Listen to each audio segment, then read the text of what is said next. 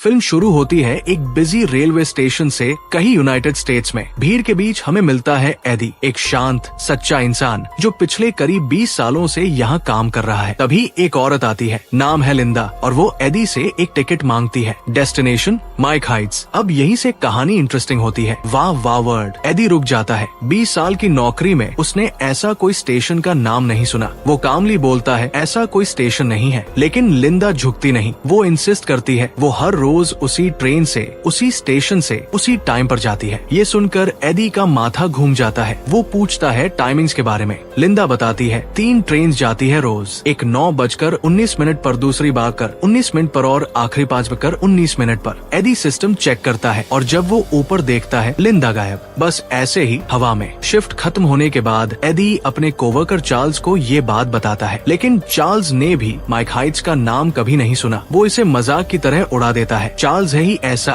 हमेशा जोक्स मारता रहता है। एडी भी ज्यादा सोचे बिना घर चला जाता है, लेकिन घर पर भी सब ठीक नहीं है। घर में घुसते ही एडी देखता है पुलिस ऑफिसर्स अंदर खड़े हैं। दिल धक से रह जाता है। पता चलता है उसके बेटे सैम ने अपनी गर्लफ्रेंड पर हाथ उठाया। उसने कंप्लेंट दर्ज कराई, लेकिन सैम अभी नाबालिग है, इसलिए पुलिस उसे ले नहीं जाती। वार्निंग देकर चली जाती है। पुलिस के जाने के बाद एडी सैम से बात करता है, लेकिन ये कोई नई बात नहीं। सैम को हमेशा से गुस्से की प्रॉब्लम रही है। अगले दिन वापस काम पर, और फिर वही होता है। लिंदा आ जाती है। Sam request, Sam confidence, Mike Heights का टिकट। इस बार एडी उसे इग्नोर नहीं करता। वो उसे अंदर लाता है। चार्ल्स को भी बुलाता है, लेकिन दोनों के सामने भी लिंदा की कहानी नहीं बदलती। वो माइक हाइट्स को डिस्क्राइब करती है जैसे कोई असली जीती जागती जगह हो। करीब 5000 लोग, सब खुश, सब एक दूसरे की मदद करते हुए। कोई टेंशन नहीं, कोई दर्द नहीं। वो खुद वहाँ एक इंश्योरेंस कंपनी में काम करती है। एडी और चार्ल्स दोनों कंफ्यूज हो जाते हैं। चार्ल्स एक्चुअल ट्रेन राउट से समझाने की कोशिश करता है। कोई राउट नहीं जाता ऐसी किसी जगह, लेकिन लिंदा शांति से बोलती है सिर्फ 27 से 28 मिनट की दूरी है। और फिर लिंदा फिर गायब। इस बार चार्ल्स भी हिल जाता है, लेकिन एडी वो अब इसे इग्नोर नहीं कर सकता। वो खुद सच जानना चाहता है। वो 9:19 वाली ट्रेन पकड़ता है, वही जो लिंदा ने बताई थी। ट्रेन में उसे एक अजीब आदमी मिलता है। बातें करता है, नॉर्मल लगता है, लेकिन कुछ तो है उसमें जो ऑफ लगता है। एडी बिना जवाब के उतर जाता है। रात को घर पहुंचता है तो नई मुसीबत। सैम ने अपनी माँ को हर्ट करने की कोशिश की। बिना देर किए एडी उसे साइकियाट्रिस्ट के पास ले जाता है। डायग्नोसिस क्लियर है, सैम मेंटली अनस्टेबल है। अगर सही तरीके से हैंडल नहीं किया गया तो हालात बहुत बिगड़ सकते हैं। अगले दिन एडी दोनों बोझ उठाए चल रहा है, घर की टेंशन और लिंदा का मिस्ट्री। इस बार वो 28 मिनट का टाइमर सेट करता है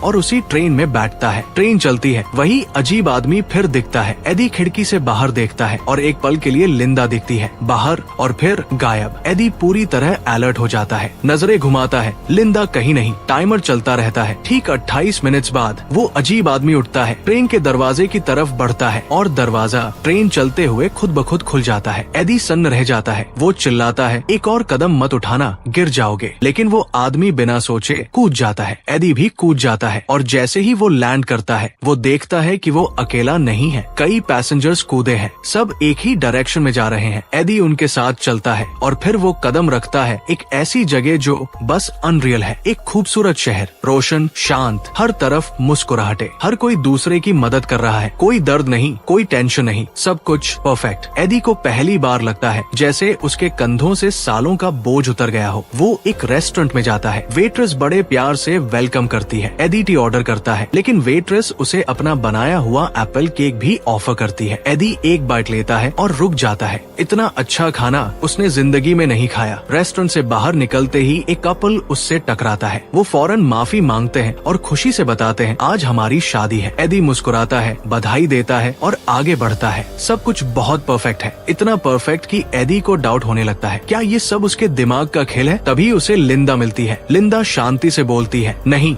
ये तुम्हारे दिमाग की कल्पना नहीं है, ये एक ऑल्टरनेट रियलिटी है। रियल लोग हैं यहाँ, लेकिन बिना दर्द के, बिना तकलीफ के, इसीलिए सब इतने खुश हैं। और फिर वो बताती है शाम को ठीक 5:19 पर एक ट्रेन आएगी जो उसे उसके घर के पास वापस ले जा सकती है, उसकी दुनिया में, लेकिन बिना दर्द के। एडी पूरी तरह समझता नहीं, लेकिन स्टेशन की तरफ चल देता है। वहाँ लोग पहले से जमा है। ट्रेन आती है लेकिन रुकती नहीं, कोई ऑफिशियल स्टेशन नहीं है यहाँ। और फिर सब लोग चलती ट्रेन के साथ दौड़ते हैं और आसानी आसानी से चढ़ जाते हैं। एडी भी दौड़ता है, कूदता है और चढ़ जाता है। घर पहुंचता है, कुछ अलग है। उसकी वाइफ ज्यादा खुश है, ज्यादा पीसफुल। एडी तुरंत सैम का कमरा चेक करने जाता है। सैम वहाँ नहीं है और तब एडी को समझ आता है इस रियलिटी में सैम एग्जिस्ट नहीं करता। वाइफ खुश है क्योंकि उनकी जिंदगी का सबसे बड़ा दर्द नहीं है। ये देखकर एडी एक डिसीजन लेता है, वो यही रहेगा। अगले दिन एडी वापस काम पर जाता है, लेकिन इस बार उसमें एक हल्कापन है। वो पीस जो उसे सालों से नहीं मिली थी, लेकिन फिर भी कुछ है जो उसे चैन नहीं लेने देता। वो माइक हाइट्स के बारे में रिसर्च करने लगता है, ऑनलाइन ढूंढता है, आर्टिकल्स पढ़ता है। तभी उसे एक जर्नलिस्ट का आर्टिकल मिलता है। एडी बिना देर किए उससे मिलने पहुँचता है और जर्नलिस्ट जो बताती है वो सब कुछ बदल देता है। वाह वाह वर्ड।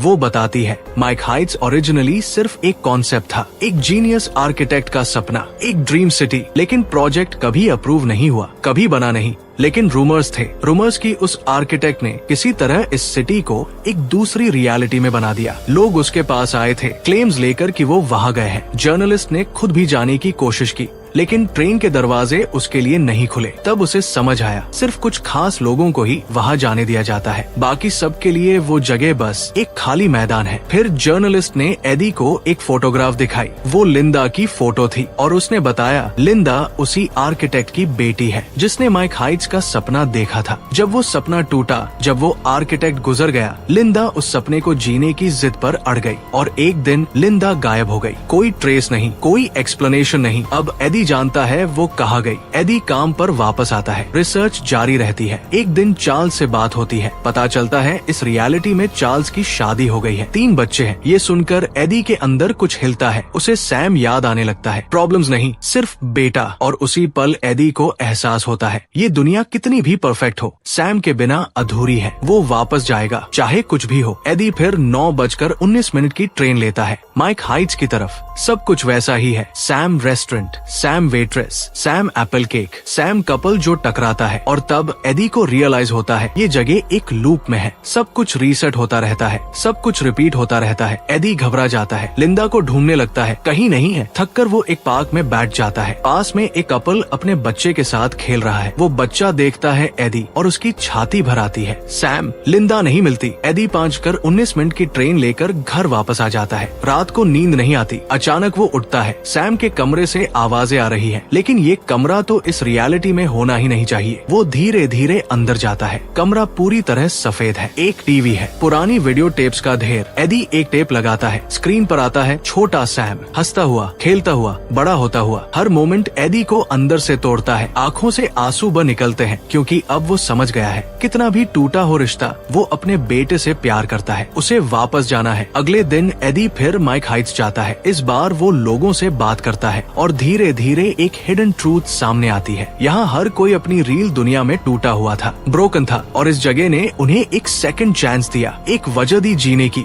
इसीलिए ये लोग इतने खुश हैं। इसलिए नहीं कि उनका दर्द था ही नहीं, बल्कि इसलिए कि वो उससे भाग रहे हैं। तभी वो बेबी वाली औरत एडी की तरफ दौड़ती है, घबराई हुई। बच्चे के गले में कुछ फंस गया है। वो मदद मांगती है, लेकिन एडी फ्रस्ट्रेटेड, ओवरवेल्म्ड मुड़कर चला जाता है। रेस्टोरेंट में जाकर वेट्रेस से लिंदा के बारे में पूछता है। वेट्रेस अपनी स्टोरी सुनाती है। 16 साल की उम्र में उसके साथ कुछ बहुत बुरा हुआ था। वो पूरी तरह टूट गई थी, जिंदगी खत्म करने तक सोच लिया था, लेकिन इस जगह ने उसे बचाया। एडी सुनता है, लेकिन वो अपनी ही धुन में है। वो चला जाता है। बाहर वही कपल फिर टकराता है। इस बार एडी का धैर्य टूट जाता है। वो उन पर चिल्लाता है, लेकिन वो कपल बस मुस्कुराते हैं, हंसते हैं और चले जाते हैं। और एडी को समझ आता है इस जगह कुछ भी चेंज नहीं होता, चाहे तुम कुछ भी करो। लिंदा इंश्योरेंस कंपनी में काम करती है। एडी को याद आता है। वो वहाँ जाता है, लेकिन बिल्डिंग की जगह है बस एक पतली सी दीवार और एक दरवाजा। एडी दरवाजा खोलता है, अंदर जाता है और पहुँचता है एक स्ट्रेंज डायमेंशनल स्पेस में। और आखिरकार लिंदा मिलती है। एडी एक सेकंड भी वेस्ट नहीं करता। मुझे वापस जाना है अपनी असली दुनिया में। लिंदा उसे रोकती है।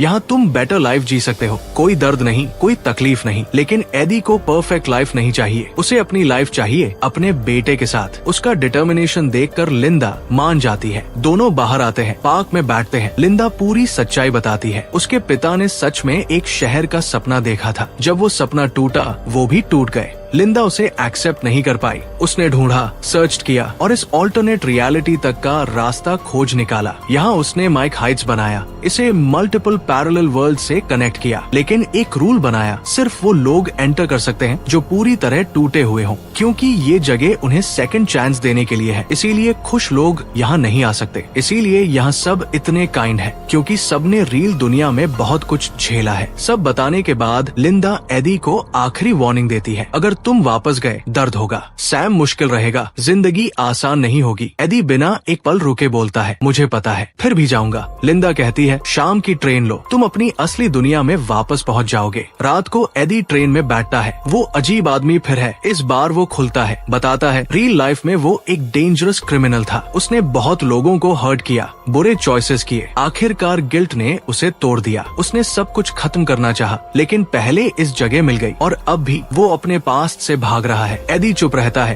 क्योंकि वो जानता है भागने से कुछ नहीं होता, सामना करने से होता है। एडी वापस आ जाता है अपनी असली दुनिया में। सैम सामने है, कोई गुस्सा नहीं, कोई फ्रस्ट्रेशन नहीं, बस राहत, क्योंकि अब एडी समझ गया है जिंदगी दर्द से भागने के बारे में नहीं है, ये उस इंसान को चुनने के बारे में है जिसके लिए तुम वो दर्द सहने को तैयार हो। और कभी कभी यही एक चॉइस सब कुछ बदल देती है। The end.